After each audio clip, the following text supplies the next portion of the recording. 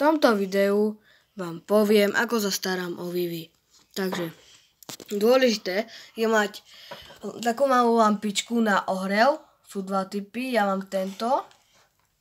Potom ešte veľmi dôležité je mať aj ohrievač. Čo sa týka krmenia, tak potrebujete aj nejakú nádobku, aby sa vám nezaspínilo akvário. A ak máte takú malinku ako ja, tak napríklad ja ukrmím týmto baby.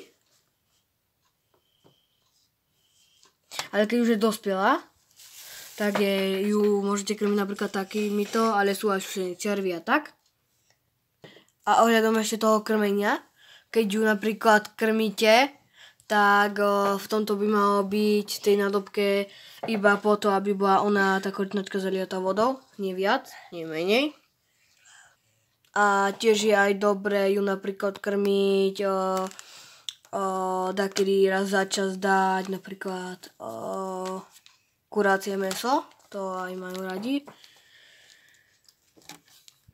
A hlavne si dávajte ohrievač na to, lebo keď to není, tak to môže spomaľovať jej metabolizmus, lebo keď není proste voda vyhriatá a je studená, tak jej to môže zaškodiť.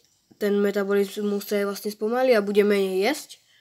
A tá lampička si musíte dávať tiež pozor, aby nebola moc silná, moc blízko pri tej kortnáčke, lebo vám to môže uvariť. A to je asi tak všetko. A tak vás môžem poprosiť o like, odber a napíšte koment, čo som ešte zabudol povedať.